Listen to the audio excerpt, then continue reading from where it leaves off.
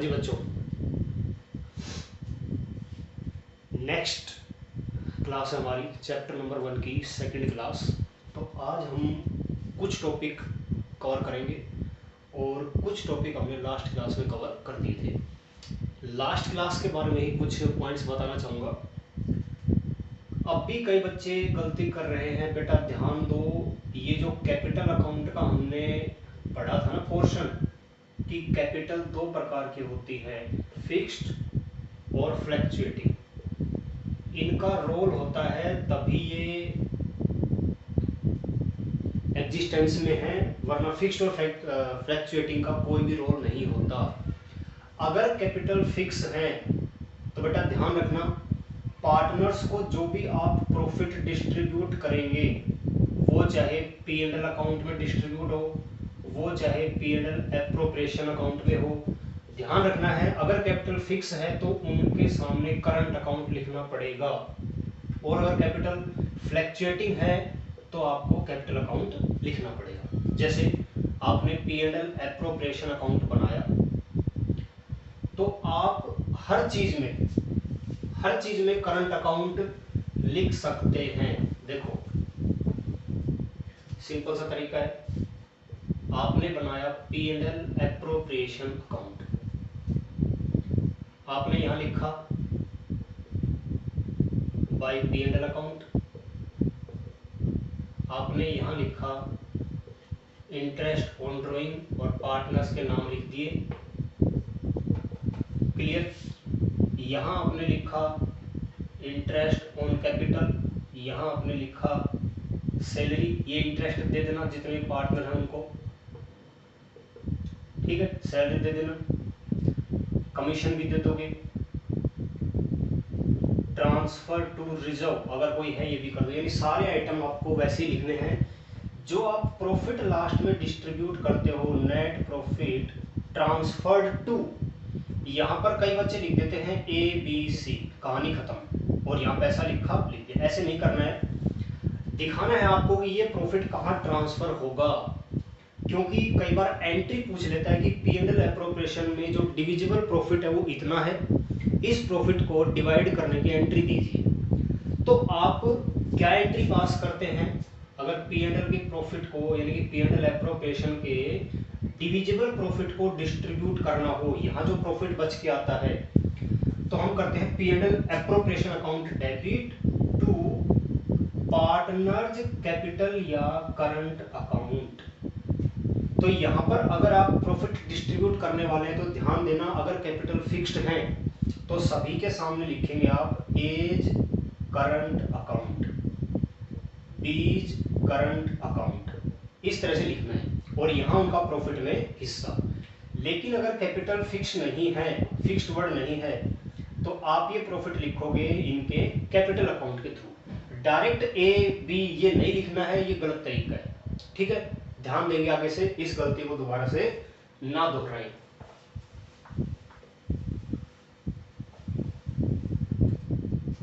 दूसरा, आपने ड्राइंग्स पे इंटरेस्ट कैलकुलेट किया, 1 अप्रैल को 5,000, 30 सितंबर को 8,000, इस तरह से मान लो डेट है। तो आप यहां पर जो मल्टीप्लाई करते हैं, इसका पूरा जो स्ट्रक्चर है वो आप बनाएंगे। फॉर्मेट क्या रहेगा, सबसे पहले आप लिखेंगे पीरियड, वो तो क्या था कि एक समझने का तरीका था, लेकिन एग्जाम में आप कैसे करके आएंगे, आप सबसे पहले लिखेंगे पीरियड, पीरियड के यहाँ पर आप लिखेंगे उस डेट को जिस डेट को उसने पैसे विड्रॉ करे हैं। मान लेते हैं ये क्वेश्चन है, आपको सबसे पहले पीरियड के अंदर डेट लिख देनी है। यहां पर आप लिखेंगे अमाउंट ऑफ ड्राइंग्स, यहां मान लो 4,000 है, यहां 7,000 है, यहां 3,000 है, यहां 6,000 है, 2 कॉलम हो गई। इसके बाद लिखेंगे आप रिमेनिंग मंथ्स इन ईयर, कि उस साल में कितने महीने बचे हैं। यहां पर आपके कितने बचेंगे, पूरे 12 के 12, यहां बचेंगे आपके 6, यहां बचेंगे आपके 2, और यहां बचेगा 1। फिर आप यहाँ लिखेंगे प्रोडक्ट, प्रोडक्ट मतलब मल्टीप्लाई। इनको आप कॉलम भी दे सकते हैं ए और बी, और यहाँ लिख देंगे ए गुणा बी। हमने प्रोडक्ट कैसे फाइंड आउट किया, ए अमाउंट, बी रिमेनिंग मंथ, इनको मल्टीप्लाई करके। ये आ गया 12 चौक 48, ये हो गया 42, ये हो गया 6 और ये हो गया 6। यहाँ आप इस प्रोडक्ट का टोटल करेंगे 1,02,000, ठीक। इसके बाद यहाँ आपको लिखना पड़ेगा इंटरेस्ट ऑन ड्रॉइंग। सब बच्चों ने बस सीधी कैलकुलेशन कर दी, 1,02,000 इंटरेस्ट रेट मंथ। चलो जी, क्या फाइंड आउट कर रहे हैं किसी को नहीं पता, यानी कि जो बच्चे सीधा ही ये कैलकुलेट कर रहे हैं, अमाउंट रेट मान लो 10% है और हम प्रोडक्ट मेथड में 1 महीने का ब्याज निकालते हैं। सब बच्चों ने इतना कर दिया और यहाँ पर आंसर करके आगे, ये भी गलत होगा, क्योंकि ये जो फॉर्मूला आपने लगाया ये किस चीज का है, इस फॉर्मूले से आप क्या फाइंड आउट करना चाहते हैं ये कहीं पता नहीं चल रहा। आप लिखेंगे इसके सामने इंटरेस्ट ऑन ड्रॉइंग्स, ये लिखना पड़ेगा आपको। इसके बाद आपका जो आंसर है वो आएगा। तो कोई भी कैलकुलेशन आप करते हैं तो उसके सामने उस कैलकुलेशन का टाइटल जरूर दें कि आपने वो क्या फाइंड आउट किया है। क्लियर? ये तो हो गया प्रोडक्ट मेथड से। अगर आप प्रोडक्ट मेथड को फॉलो नहीं करते हैं, सिंपल मेथड क्वेश्चन ने पूछा है, तो यहाँ पर रिमेनिंग मंथ्स तो देखो निकलेंगे, रिमेनिंग मंथ्स तो आपको तब भी कैलकुलेट करने हैं। यहाँ वही 12, 6, 2 और 1। यहाँ टाइटल आप देंगे इंटरेस्ट ऑन ड्रॉइंग्स, क्योंकि सिंपल मेथड में हम इसी टेबल में कैलकुलेट कर देते हैं प्रत्येक अमाउंट पर उसके गिवन पीरियड का इंटरेस्ट। तो आप यहाँ लिखोगे 4,000 की अमाउंट है, इंटरेस्ट रेट मान लेते हैं 10% है, और इंटरेस्ट निकलेगा कितने महीनों का, 12 महीनों का, अलग अलग कैलकुलेट करना है। इसी तरह 7,000 पर 10% की रेट और 6 महीने का पीरियड, यहाँ पर 3,000 पर 10% और 2 महीने का। इस तरह से आपको ये टाइटल जो है ना, हेडिंग, ये जरूर आइडेंटिफाई करनी है, जरूर लिख के आगे, ताकि आपको पता चले, एग्जामिनर को ये पता चले कि आपने क्या कैलकुलेट किया है, और लास्ट में यहाँ पर जो आंसर है वो आ सकता है, सीधा ही आंसर आ जाएगा। तो जैसे भी क्वेश्चन पूछे आपको प्रॉपर हेडिंग, सब हेडिंग देते हुए आंसर को सोल्व करना है। ठीक है बेटा।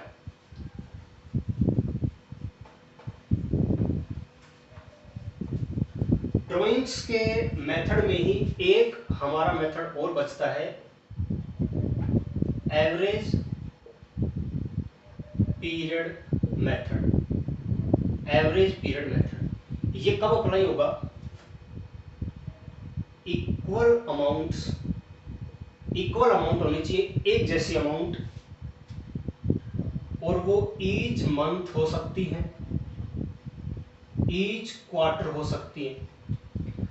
एक जैसी अमाउंट निकाली जा रही पार्टनर के द्वारा हर महीने या हर क्वार्टर, एक जैसी अमाउंट। अगर उसने अप्रैल में 10,000 निकाले तो मई में भी 10, जून में भी 10, जुलाई में भी 10, इक्वल अमाउंट होनी चाहिए। अगर वो हर महीने अनइक्वल अमाउंट निकाल रहा है तो फिर हमारा सिंपल मेथड या प्रोडक्ट मेथड काम करेगा। ठीक है। अब यहाँ पर देखना यह है कि दो मेथड से हम इस क्वेश्चन को करते हैं। सबसे पहले सिचुएशन नंबर 1, अगर फुल ईयर ड्राइंग्स करता है तो, फुल ईयर ड्राइंग्स करता है, पूरे साल पैसे निकालता है। लिखा है पहली situation, at the beginning of each month या बिगिनिंग ऑफ ईच क्वार्टर, हर महीने के बिगिनिंग में या हर क्वार्टर के बिगिनिंग में वो इक्वल अमाउंट निकालता है और पूरे 12 के 12 महीने निकालता है। तो आपको यहाँ पर सिंपल सा याद कर लेना है कि अगर हर महीने निकालता है तो 6.5 महीनों का, हर क्वार्टर अगर निकालता है तो 7.5 महीनों का, इनको याद कर लेना। इसी तरह दूसरी सिचुएशन में अगर हर महीने के मिडल में पैसे निकालता है या हर महीने के क्वार्टर में पैसे निकालता है, तो यहाँ पर ध्यान देना 6 मंथ और 6 मंथ, क्वार्टर के चाहे मिडल में हो चाहे मंथ के मिडल में हो, पूरे साल अगर ड्राइंग्स करा है 12 के 12 महीने तो 6-6 महीनों का ब्याज लगेगा। तीसरी सिचुएशन, अगर वो हर महीने हर क्वार्टर के एंड में पैसे निकालता है तो मंथ में अगर काउंट करेंगे तो बेटा ये हो जाएगा 5.5 महीने और इसमें हो जाएगा 4.5 महीने। तो इन 6 रेट को आपको याद करना है। अगर बाय चांस आप ये रेट भूल जाओ ना, सॉरी ये जो पीरियड है ये भूल जाओ कि कितने महीनों का था, तो वहां पर देखो एक फॉर्मूला लगता है कि पीरियड आप कैसे काउंट करेंगे। सबसे पहले months remaining after first drawing, month remaining after last drawing divided by 2। पहली बार जब उसने ड्राइंग्स करा उसके बाद उस साल में कितने महीने बचे हैं वो ले लेना। सबसे आखिरी बार उसने उस साल में कब पैसे निकाले उसके बाद कितना पीरियड बचता है वो ले लेना। दोनों को जोड़कर 2 से डिवाइड कर देना, आपका जो पीरियड है वो ऑटोमेटिक आ जाएगा। अगर उसने मान लो 1 अप्रैल से और 31 दिसंबर तक पैसे निकाले हैं और उसने कह दिया मिडल ऑफ ईच मंथ।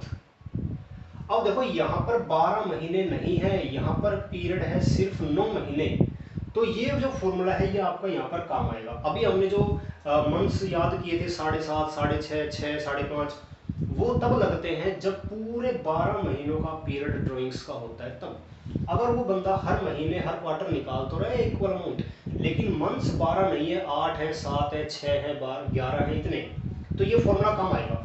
अब देखो उसने हर महीने के मध्य में पैसे निकाले, तो पहली बार उसने पैसे निकाले होंगे अप्रैल के महीने में, मध्य अप्रैल में, तो पहली बार उसने 15 अप्रैल को पैसे निकाले। इसके बाद देखो कितने महीने बचे हैं इस टाइम पीरियड को पूरा होने में। इसने 31 दिसंबर तक पैसे निकाले, तो 31 दिसंबर तक कितने महीने बचेंगे वो काउंट कर लो, प्लस लास्ट बार ड्राइंग करा होगा उसने लास्ट के महीने में यानी कि 15 दिसंबर को, और उसके बाद 31 दिसंबर तक कितना टाइम बचता है डिवाइडेड बाई 2। तो पहला ड्राइंग और लास्ट जो उसने ड्राइंग करा था वहां तक के मंथ, लास्ट में ड्राइंग किया उसको भी लास्ट डेट से कंपेयर करना है और 2 से डिवाइड करना है, आपके महीने आ जाएंगे। अब चाहे वो 12 महीनों का पीरियड हो, चाहे 11 का, चाहे 8 का, आप इजीली कैलकुलेट कर सकते हैं। तो ये थे बेटा ड्राइंग्स के हमारे मेथड्स। देखिए अगला हम टॉपिक पढ़ते हैं, इफ profits are insufficient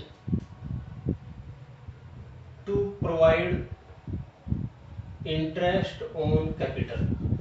अगर इंटरेस्ट ऑन कैपिटल देने के लिए हमारे पास प्रॉफिट्स जो हैं वो पूरे नहीं पड़ रहे हैं, यानी कि काम नहीं चल पा रहा है, प्रॉफिट कम है इंटरेस्ट ज्यादा है। कैपिटल दे रखी है ए की और बी की 7 लाख 6 लाख, ठीक। इंटरेस्ट ऑन कैपिटल है बेटा 10% पर एनम, और जो प्रॉफिट्स हैं आपके पास वो हैं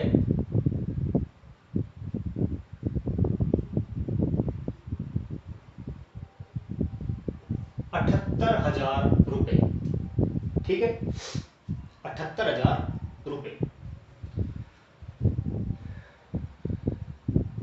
ठीक है।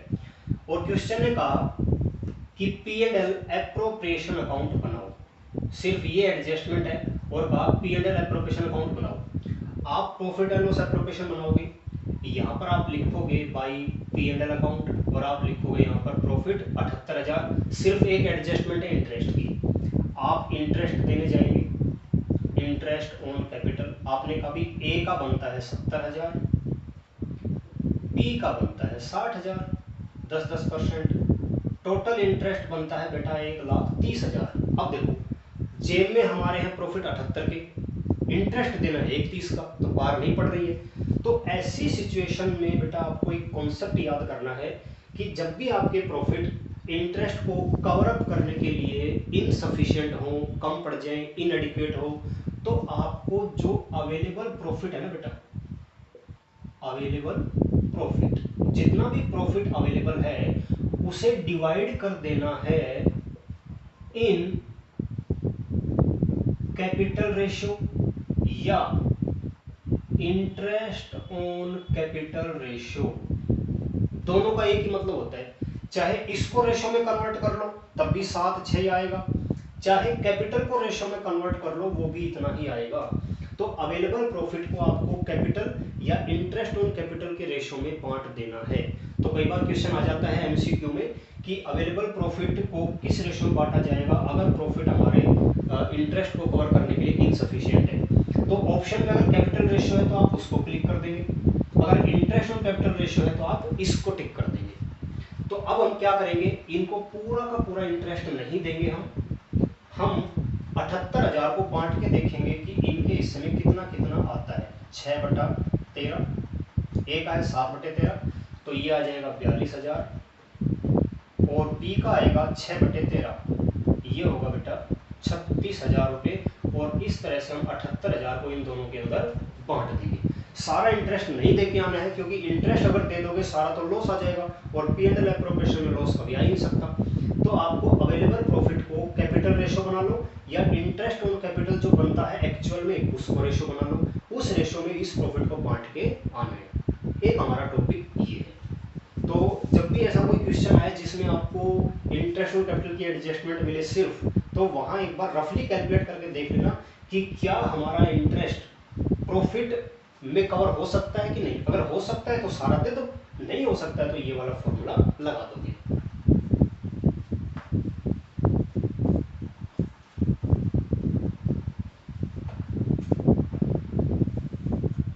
ठीक है जी। इसके बाद एक टॉपिक हम पढ़ लेते हैं इंटरेस्ट ऑन कैपिटल का। इंटरेस्ट ऑन कैपिटल, तो सबसे पहले तो इसमें आपको ध्यान ये देना है कि interest on capital is provided always on opening capital. हमेशा ओपनिंग कैपिटल्स के ऊपर ही आपको ब्याज देना है।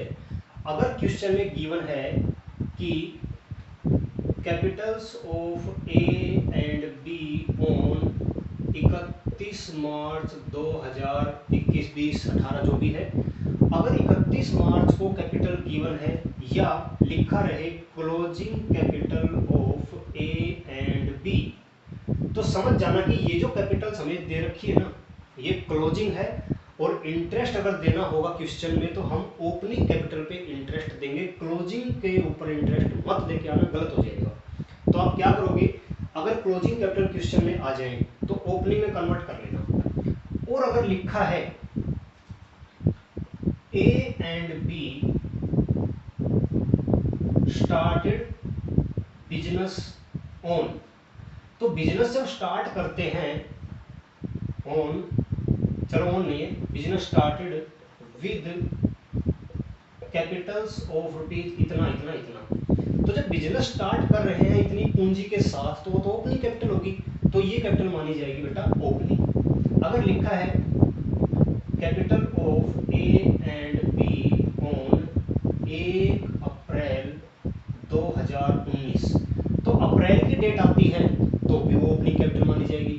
तो आइडेंटिफाई कर लेना कि ओपनिंग कैपिटल क्वेश्चन में है कि क्लोजिंग है।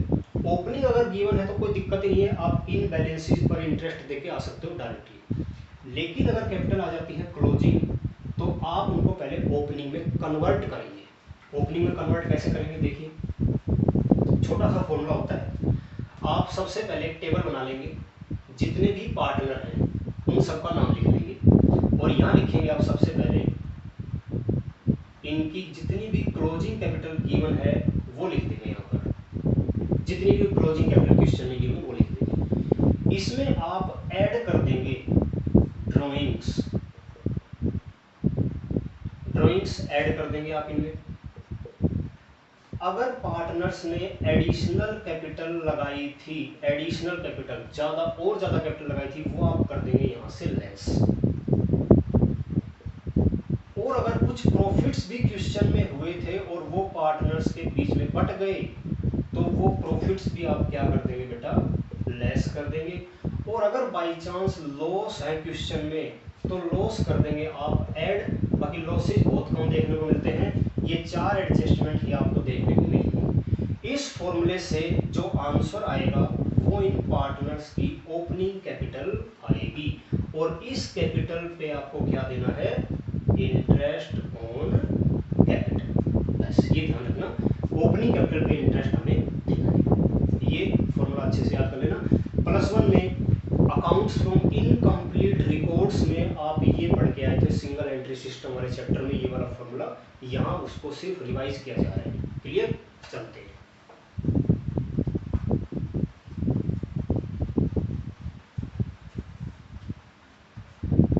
इंटरेस्ट ऑन कैपिटल आपको देना है पीरियड के अकॉर्डिंग। जैसे 1 अप्रैल को ए की पूंजी थी 5 लाख रुपए, इसने 30 नवंबर को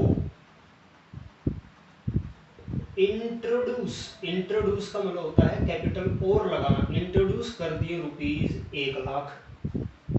इसने 1 जनवरी को विड्रॉ कर लिए, पैसे निकाल लिए ₹2 लाख। इस तरह से किसी भी पार्टनर का डाटा दे सकता है। मैं एक का एग्जांपल ले रहा हूं। इंटरेस्ट ऑन कैपिटल देना है आपको, interest on capital 6% per annum के हिसाब से आपको देना है। चूंकि यहाँ पर कैपिटल उसकी एक जैसी नहीं रही पूरे साल, तो हमें उसको टुकड़ों में इंटरेस्ट देना पड़ेगा।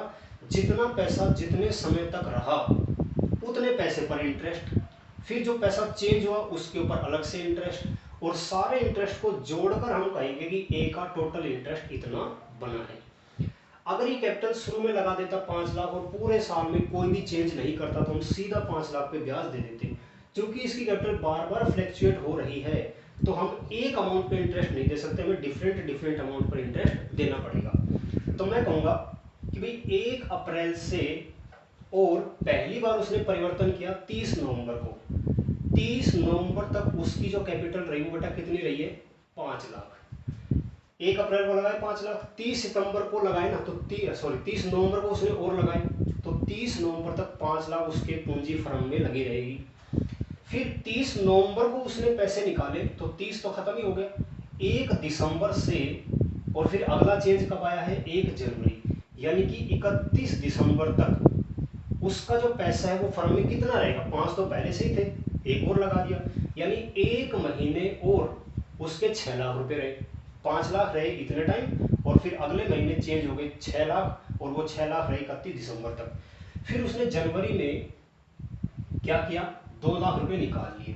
तो मैं कहूँगी 1 जनवरी को उसकी पूंजी परिवर्तित हो गई, और आगे कब तक रही, 31 मार्च तक, क्योंकि कोई डेट ही नहीं है।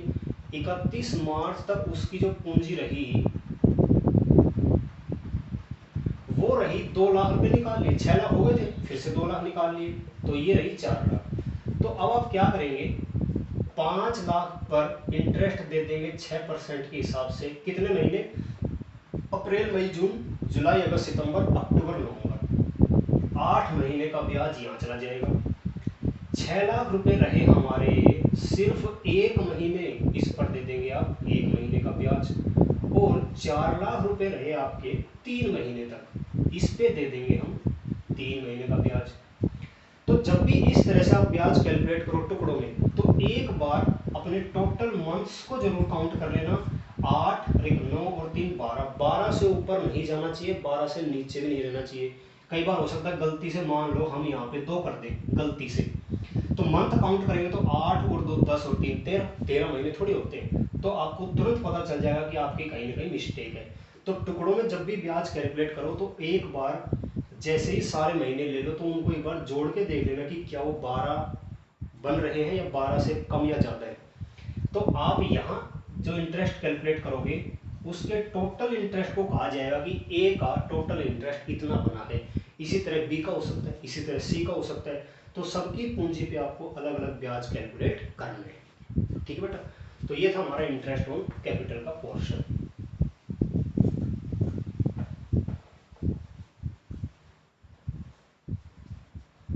ठीक है बेटा, देखिए आगे।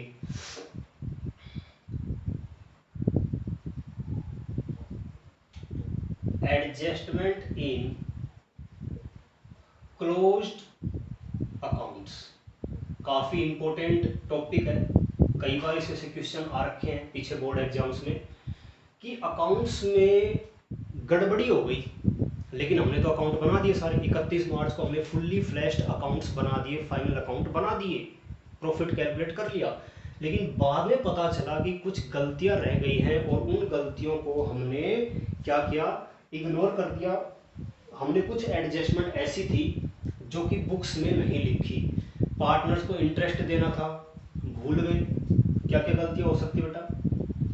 इंटरेस्ट ऑन कैपिटल देना भूल सकते हैं। Interest on capital omitted, omitted का मतलब होता है भूलना।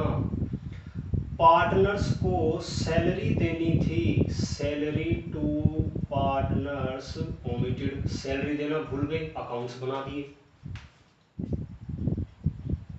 Interest on drawings omitted, partners से इंटरेस्ट वसूल करना था, भूल गए।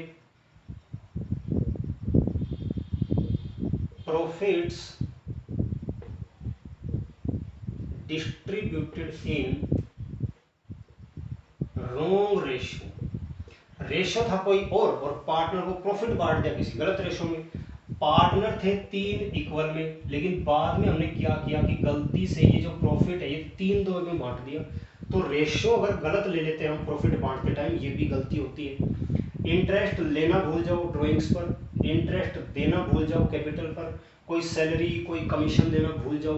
तो ये कुछ गलतियां होती हैं जिन्हें हमें ठीक करना पड़ेगा, और ठीक करने के लिए क्या करते हैं हम, सिंगल एंट्री पास करते हैं। एक एंट्री पास करेंगे, सारी गलतियां ठीक हो जाएगी। इन गलतियों से होता क्या है कि किसी पार्टनर की पॉकेट में ज्यादा पैसा चला गया, किसी पार्टनर की पॉकेट में कम पैसा चला गया। तो पार्टनर्स आपस में ही क्या होते हैं, कोई ज्यादा पैसे ले लेता है गलती से, कोई कम ले लेता है। तो हमें जब गलती ठीक करते हैं तो क्या करते हैं कि जिस पार्टनर ने ज्यादा पैसा ले लिया उससे वापस ले लेते हैं, जिसके हिस्से में कम प्रॉफिट गया उसको ज्यादा दे देते हैं। तो पार्टनर्स आपस में ही उसको एडजस्ट कर लेते हैं। ए के हिस्से में ज्यादा चला गया, इससे रिकवर करेंगे तो डेबिट करेंगे। सी के हिस्से में कम गया तो ए से लेकर इसको सी को दे देंगे।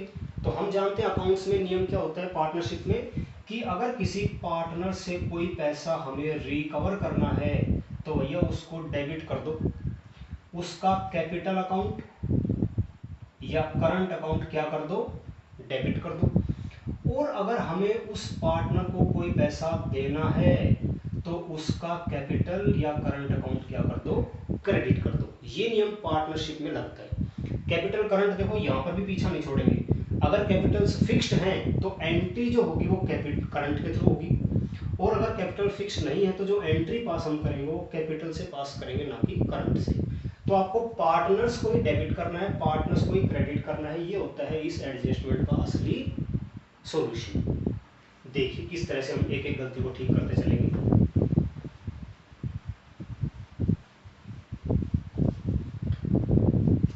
सबसे पहली मिस्टेक हम लेते हैं interest on capital omitted, interest on capital देना भूल गए। तो आप क्या करेंगे, एक टेबल बनाएंगे, लिखेंगे टेबल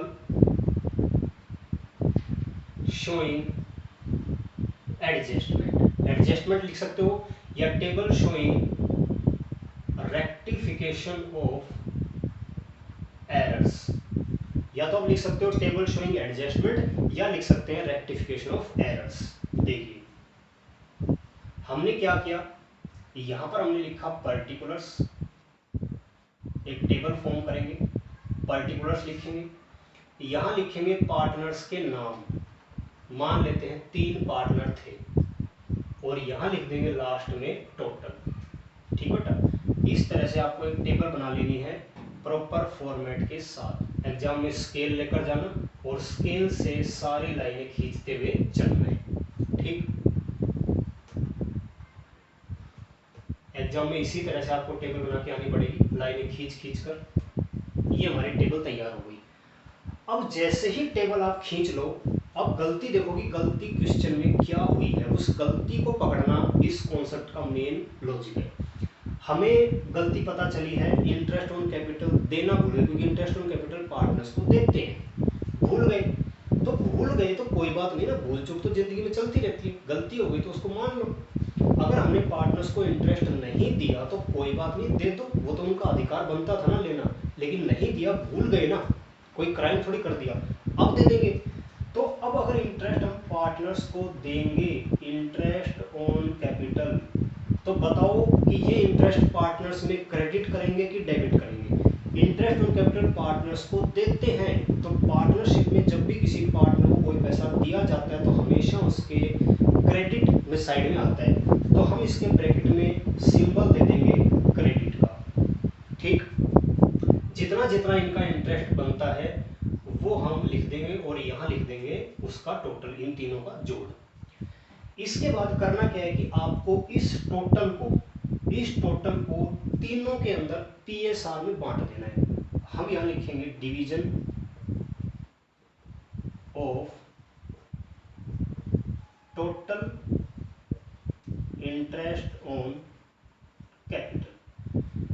अब हम इस टोटल को तीनों के अंदर डिवाइड करेंगे इन पीएसआर और आप सिंबल दे दोगे डेबिट। आपने अगर कोई गलती ठीक करी तो गलती ठीक करते समय जो आपने सिंबल दिया है उसके अपोजिट सिंबल देना है आपको डिवीजन में। ये ध्यान रखना, जो भी आपने सिंबल दिया है गलती को ठीक करते समय उसका अपोजिट सिंबल आप डिवीजन में दोगे। तो आपने क्या किया, इस टोटल को तीनों के अंदर बांटा इनके पीएसआर में, तो तीनों की अमाउंट ये आ गई, ठीक। अब आप क्या करेंगे, यहां लाइन खींच के आप लिखेंगे डिफरेंस। इन दोनों अमाउंट में कोई ना कोई डिफरेंस आएगा, हो सकता है कोई पार्टनर इक्वल रह जाए, किसी का डिफरेंस आ जाए, तो जिसका भी डिफरेंस आता है आप उस डिफरेंस को यहाँ पर लिख देंगे और अब उस डिफरेंस अमाउंट को आप सिंबल देंगे।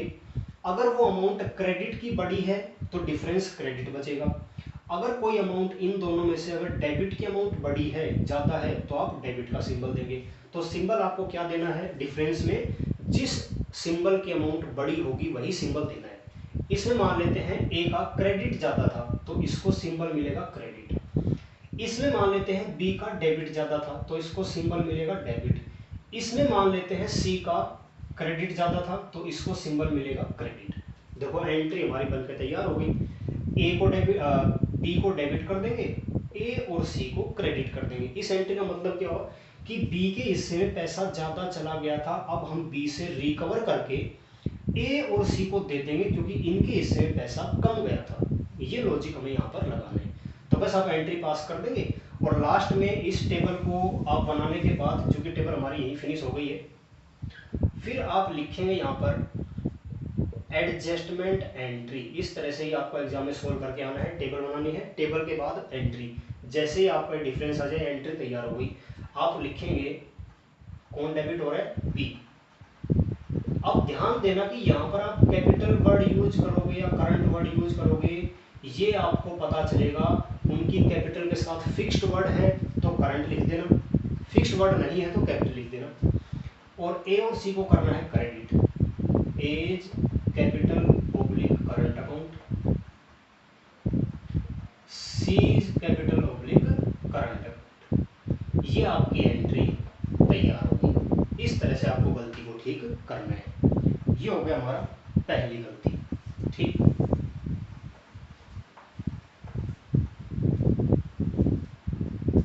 इसी तरह दूसरी, interest on drawings omitted. Drawings पे इंटरेस्ट लेते हैं कि देते हैं, देते हैं, सॉरी क्या करते हैं, लेते हैं। तो हम दोबारा से बनाएंगे टेबल, टेबल शोइंग एडजस्टमेंट, ठीक है। वो टेबल मैंने खींच दी एक बार, आप उसी तरह करना। अब हम चलेंगे थोड़ा सा फास्ट। आपने टेबल बनाई, यहाँ लिखा अपने पार्टनर्स का नाम, यहाँ लिखा टोटल। अब आप यहाँ पर्टिकुलर्स लिखेंगे। इसके बाद आप क्या करेंगे, जो भी गलती हुई है उस गलती को पहले तो ठीक कर दो। भाई इंटरेस्ट ऑन ड्राइंग्स पार्टनर से लेना भूल गए, चार्ज करना भूल गए, अब चार्ज कर लो। और जब पार्टनर से कोई भी पैसा रिकवर किया जाता है तो सिंबल क्या दिया जाता है उसको, डेबिट। आप सभी के इंटरेस्ट ऑन ड्राइंग कैलकुलेट करेंगे और यहाँ पर उसका टोटल लगा देंगे। अब हमने क्या कहा था कि जैसे आप गलती को ठीक कर दो तो उस गलती का जो टोटल है ना वो तीनों के अंदर दोबारा से बांट दो उनके PSR में। अब हम कहेंगे division of interest on drawings in PSR। और क्या फॉर्मूला सीखा था हमने, आपने गलती ठीक करते समय जो सिंबल दिया है उसके अपोजिट सिंबल देना है आपको डिवीजन में। आप इस टोटल को तीनों के अंदर बांटेंगे, तीनों का फिर डिफरेंस फाइंड आउट करेंगे, इसका डिफरेंस, इसका डिफरेंस, इसका डिफरेंस। अब सिंबल क्या देना है इस डिफरेंस अमाउंट को, जिसकी अमाउंट बड़ी होगी। मान लेते हैं इसकी डेबिट ज़्यादा थी, इसकी डेबिट ज़्यादा थी और इसकी क्रेडिट, तो तीनों को सिंबल दे दिया, एंट्री तैयार हो गई। A is debit, B debit, to C debit, to C. अब ए का कैपिटल अगर फिक्स है तो A is current account debit, B is current account debit, to C is current account. और अगर कैपिटल फिक्स नहीं है तो A is capital debit, B is capital debit, to C is capital. इस तरह से आपको एडजस्टमेंट एंट्री पास करनी है। तो मेनली लॉजिक आपको क्या लगाना है, आपको गलती ढूंढनी है कि गलती है क्या, उस गलती को आप लिख दो, उस गलती का सिंबल दे दो। अगर वो गलती ऐसी है कि पार्टनर्स को पैसे देने पड़ रहे हैं तो क्रेडिट कर दो। अगर वो गलती ऐसी है कि पार्टनर से पैसे लेने पड़ रहे हैं, रिकवर करने पड़ रहे हैं तो डेबिट कर दो। और बाद में उसके टोटल को आप डिवाइड कर दो PSR के अंदर और सिंबल दे देना गलती से अपोजिट। जो भी डिफरेंस आएगा उस डिफरेंस को सिंबल क्या देना है, जिसकी अमाउंट बड़ी होगी वो सिंबल देना है, एंट्री तैयार होगी। ठीक,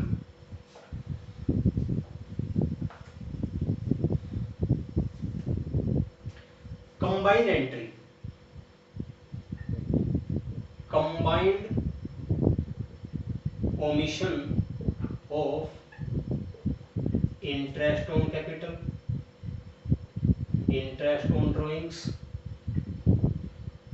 सैलरी, कमीशन। मान लो सारी गलतियां एक साथ हो गई, ना तो इंटरेस्ट ऑन कैपिटल दिया, ना इंटरेस्ट ऑन ड्राइंग्स लिया, ना सैलरी दी, ना कमीशन दिया, सारी गलतियां मिक्स होके आ जाए, कोई दिक्कत नहीं है। आपको वही फॉर्मूला रखना है अपने कॉन्सेप्ट में, कोई भी चेंज नहीं करना है। टेबल शोइंग एडजस्टमेंट, पार्टनर्स के नाम लिखे, टोटल लगाया, पार्टिकुलर्स लिखा, जो गलती हुई है उसको लिख दो। आपसे गलती हुई है इंटरेस्ट ऑन कैपिटल की, लिख दी। आपसे गलती हुई है इंटरेस्ट ऑन ड्राइंग्स की, आपसे गलती हुई है सैलरी की, आपसे गलती हुई है कमीशन की। इस तरह से आपने सारी गलतियां जो थी वो यहाँ पर लिख दी, यानी गलतियां आपने ठीक कर दी। अब इन गलतियों के साथ, यानी कि जो आपने मामला ठीक करा है उसके साथ सिंबल देना ना भूलें। अब देख लेना कि कौन सी अमाउंट पार्टनर को देनी थी, क्रेडिट कर दो, जो लेनी थी डेबिट कर दो। इंटरेस्ट देना पड़ता, क्रेडिट, ड्राइंग्स लेना पड़ता, डेबिट, सैलरी पार्टनर्स को देनी पड़ती, क्रेडिट, कमीशन पार्टनर्स को देना पड़ता, क्रेडिट। इस तरह से आप सारी की सारी जो अमाउंट्स हैं उनको लिख डालेंगे।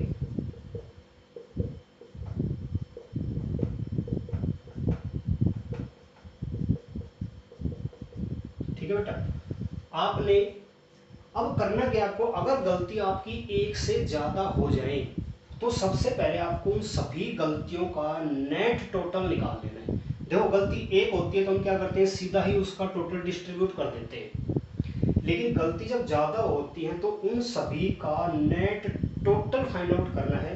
तो हम लिखेंगे यहाँ पर नेट क्रेडिट, क्योंकि देखो आपने देखा होगा क्रेडिट की अमाउंट जो है ज्यादा है और डेबिट की सिंपल है, तो डेबिट वाली जो फिगर है उसको आप कर देंगे लेस, क्योंकि डेबिट एक है क्रेडिट ज्यादा है, तो नेट जो अमाउंट बचेगी, नेट जो डिफरेंस बचेगा वो किसका बचेगा, क्रेडिट का बचेगा। तो डेबिट भी आ रहा है गलती में, क्रेडिट भी आ रहा है, तो डेबिट वाली फिगर्स को आपको लेस कर देना है। तो यहाँ पर जो अमाउंट बचेंगी ना वो सभी की क्रेडिट ही बचेंगी, क्योंकि क्रेडिट टोटल इनका ये आएगा। अब ये नेट क्रेडिट आ गया ना, इस नेट क्रेडिट को आपको क्या करना है, इसको करना है आपको डिवीजन इन PSR। और जब डिवाइड करेंगे तो हम सिंबल दे देंगे डेबिट।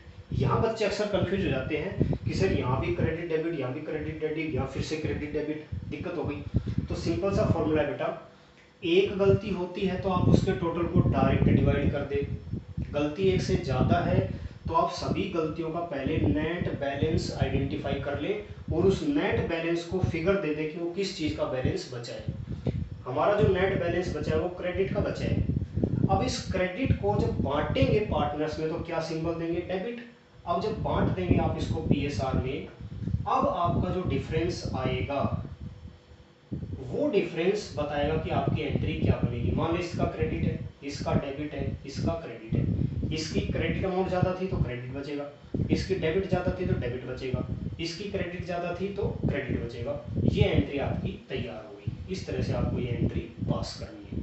तो ज़्यादा गलतियाँ हो जाए तो इस तरीके से आपको चलना है।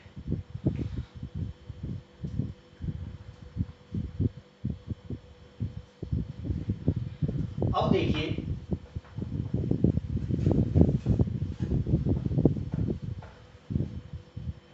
लास्ट गलती, profits divided in wrong ratio. ये सबसे इंपॉर्टेंट एडजस्टमेंट है। अगर प्रॉफिट डिवाइड हो गए हैं गलती से दूसरे रेशियो में तो हम देखो क्या करेंगे। इसमें क्या करना है, वही बेटा टेबल बनानी है आपको, कोई प्रॉब्लम नहीं आएगी। अगर आपको टेबल बनानी आती है तो गलती चाहे कोई भी हो जाओ आप उसे ठीक कर देंगे। टेबल शोइंग एडजस्टमेंट दिखाएंगे आप, वही पार्टिकुलर्स दिखाएंगे आप, वही पार्टनर्स के नाम दिखाएंगे, वही टोटल दिखाएंगे।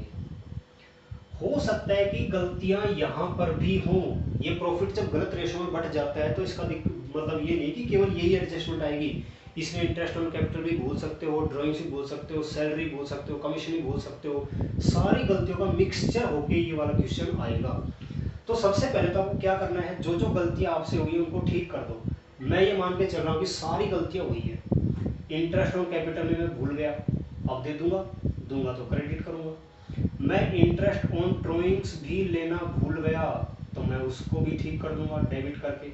मैं सैलरी देना भूल गया पार्टनर्स को, अब दे दूंगा क्रेडिट कर दूंगा। मैं कमीशन देना भूल गया पार्टनर को, अब दे दूंगा क्रेडिट कर दूंगा। मैंने सारी गलतियां ठीक कर दी। सभी की अमाउंट आप उनके सामने लिख देंगे जितनी जितनी उनके हिस्से में आनी या जानी होती है। देखिए बेटा यहाँ सबका टोटल, ये टोटल कॉलम हम लगा ही लेते, बाकी इस टोटल कॉलम का कोई रोल नहीं होता, लेकिन आप बना के आना, ठीक है बेटा। अब देखो आपने सबसे पहले तो वो गलतियां ठीक कर दी जो कि आप भूल के आए हैं नॉर्मली। अब आपको ये वाली एडजस्टमेंट लेनी है। सारी गलतियां इस एडजस्टमेंट को छोड़कर, प्रॉफिट्स को छोड़कर सारी गलतियां आपको ठीक कर देनी है जैसे हमने अभी सीखी थी वैसे। अब देखो, अब आपको यहाँ पर रिमेनिंग प्रॉफिट निकालना है। ये एक नई चीज आई है, रिमेनिंग प्रॉफिट्स। तो ध्यान रखना बेटा, रिमेनिंग प्रॉफिट्स तभी आएगा टेबल के अंदर जब प्रॉफिट गलत रेशो में बट गए हैं। अगर प्रॉफिट सही रेशो में बटे हैं और ये सारी गलतियां हैं तो आपको ये वाली जो एडजस्टमेंट है ये इस टेबल के अंदर नहीं लिखनी है। फिर से बताऊं, देखो अगर आपके प्रॉफिट सही रेशो में बटे हैं, कहीं पर भी नहीं लिखा क्वेश्चन में कि प्रॉफिट को गलत रेशो में बांट दिया, या क्वेश्चन में आपको दो रेशो नजर ना आए, तो समझ जाना कि प्रॉफिट हमारे ठीक ठाक बटे हैं, गलतियां सिर्फ इतनी हैं। आपको ये वाली जो लाइन है, ये जो मैंने लिखी है, ये आपको नहीं लिखनी है। सीधा इन गलतियों को ठीक कर देंगे जैसा हमने भी पढ़ा था, क्वेश्चन खत्म। लेकिन अगर क्वेश्चन में आपको दो रेशो नजर आ जाए, दो रेशो, या लिखा रहे कि प्रॉफिट डिस्ट्रीब्यूटेड रोंगली, गलती से, तो फिर आपको ये रिमेनिंग प्रॉफिट लिखना है। रिमेनिंग प्रॉफिट देखो निकलेगा कैसे। सबसे पहले आप लिखेंगे टोटल प्रॉफिट, जितना भी क्वेश्चन में प्रॉफिट है उस प्रॉफिट को लिखेंगे। अब देखो प्रॉफिट में से हम इंटरेस्ट देते हैं, सैलरी देते हैं, कमीशन देते हैं, और इंटरेस्ट ऑन ड्राइंग्स हमारे प्रॉफिट में जुड़ता है क्योंकि प्रॉफिट होता है। तो आप टोटल प्रॉफिट में से जो पार्टनर्स को चीजें देनी है वो हटा दो। इंटरेस्ट ऑन कैपिटल हटा दो, सैलरी हटा दो, कमीशन हटा दो, और जोड़ क्या दो, इंटरेस्ट ऑन ड्राइंग, क्योंकि जो इंटरेस्ट ऑन ड्राइंग्स है वो हमारे प्रॉफिट का पार्ट होता है, इसलिए प्रॉफिट में जुड़ जाएगा। Interest on capital, salary, commission ये प्रॉफिट को कम करते हैं, इसलिए लेस कर देंगे। ये बचेगा हमारा रिमेनिंग प्रॉफिट। इस प्रॉफिट को सभी पार्टनर्स के ओरिजिनल, इसको हम कहेंगे असली पीएसआर में आपको बांटना है। क्वेश्चन में लिखा रहता है कि ए और बी 1:1 में पार्टनर है, लेकिन गलती से प्रॉफिट 3:2 में चला गया, गलती से। तो गलती वाला रेशो कौन सा है, ये। तो रिमेनिंग प्रॉफिट आपको सही वाले रेशो में बांटना है, जो कि एक्चुअल में पार्टनर्स का था। ये भी अक्सर कई बार बच्चों से गलती हो जाती है कि सर रिमेनिंग प्रॉफिट को कौन से रेशो में बांटे। तो ये अक्सर कंफ्यूजन रहता है, एंड तक रहता है, पूरा साल खत्म हो जाता है तब भी रहता है। तो अगर आप इसको पहले समझ जाएंगे ना, अभी अच्छे से प्रिपेयर कर लेंगे, तो आपको दिक्कत लास्ट में नहीं आएगी। प्रॉफिट जो बचते हैं, रिमेनिंग प्रॉफिट को आपको उस रेशो में बांटना है जो वास्तव में पार्टनर्स के प्रॉफिट रेशो थे। गलती से जिस रेशो में प्रॉफिट बट गए हैं उनको इग्नोर करना है। आपने असली पीएसआर में इनको बांट दिया। अब आपकी टेबल यहां पर हो जाएगी पूरी। यहां दोबारा से हम लिखेंगे नेट क्रेडिट। अब देखो प्रॉफिट जब पार्टनर्स के बीच में बांटेंगे तो प्रॉफिट भी क्या होंगे बेटा, क्रेडिट, क्योंकि प्रॉफिट भी पार्टनर्स की जेब में जाते हैं। तो देखो यहाँ पर क्रेडिट भी है, डेबिट भी है, क्रेडिट भी है। तो यहाँ इन सब का नेट टोटल ज्ञात कर लेना, डेबिट वाली फिगर को यहाँ से लेस कर देना है।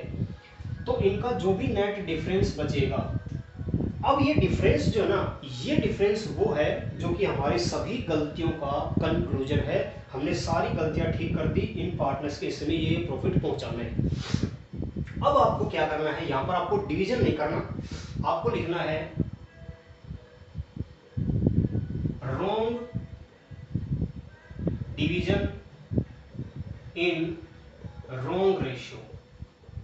अब देखो ये चीजें हमें असलियत में करनी चाहिए थी, यानी कि अगर हम भूलते नहीं, कुछ भी सही से चलते, तो आप पहले इंटरेस्ट देते, उनको ड्राइंग्स देते, सैलरी देते, कमीशन देते, और बचा हुआ प्रॉफिट सभी में बांट देते। इतना हम सही से चलते तो करते।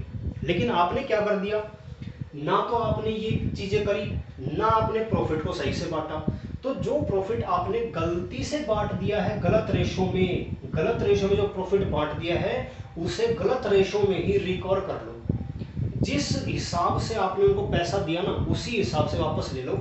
आपने सबको इतनी इतनी गड्डी दे दी, इतनी इतनी गड्डी दे दी, बल्कि गड्डी देनी चाहिए थी सिर्फ इतनी इतनी पैसों की। तो जो पैसा आपने इनको दिया था गलती से, वो पैसा उसी वे में वापस ले लो। तो हम यहाँ पर wrong division in wrong ratio में करके और इसको कर देंगे डेबिट, क्योंकि ये पैसा हमें उनसे रिकवर करना है। तो आप टोटल प्रॉफिट को रॉन्ग रेशो में सभी से रिकवर कर लेंगे।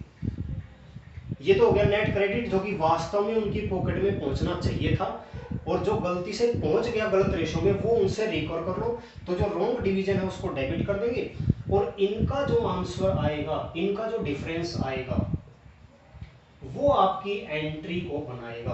कोई पार्टनर डेबिट होगा, कोई क्रेडिट होगा, इन दोनों का डिफरेंस देख लेना, इनमें से जिसकी भी अमाउंट बड़ी है वो सिंबल दे देना, और आपकी एंट्री तैयार है। तो ये एडजस्टमेंट सबसे इंपॉर्टेंट है, इस एडजस्टमेंट को करके देखना, ठीक है बेटा। तो ये हमारी adjustment in wrong, adjustment in closed accounts जो एडजस्टमेंट वो पूरी हो गई है। मैं आपको इसके क्वेश्चंस कुछ सेंड कर दूंगा ताकि आपका ये जो टॉपिक है ये अच्छे से क्लियर हो जाए, ठीक है बेटा। तो ये हो गया हमारा रॉन्ग एडजस्टमेंट।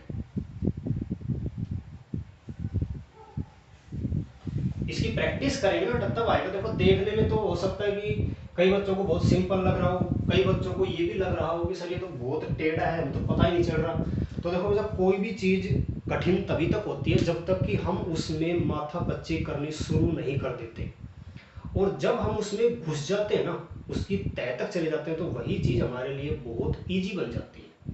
मेरे को कोई कहे कि सर आपको मैथ पढ़ाना है कल से +1 +2 को, तो स्टार्टिंग में तो देखो मेरे लिए बहुत टफ हो जाएगा, लेकिन जब मैं 1 या 2 साल बच्चों को पढ़ा दूंगा या 6-8 महीने भी लगातार पढ़ा दूंगा, तो मेरी धीरे धीरे उस पर पकड़ बनती जाएगी। क्योंकि जब मैं दिन में घर पे आके इसमें मगजमारी करूंगा, क्वेश्चंस को कर करके देखूंगा, तो मेरे को वही टफ चीज़ें इजी लगने लग जाएगी।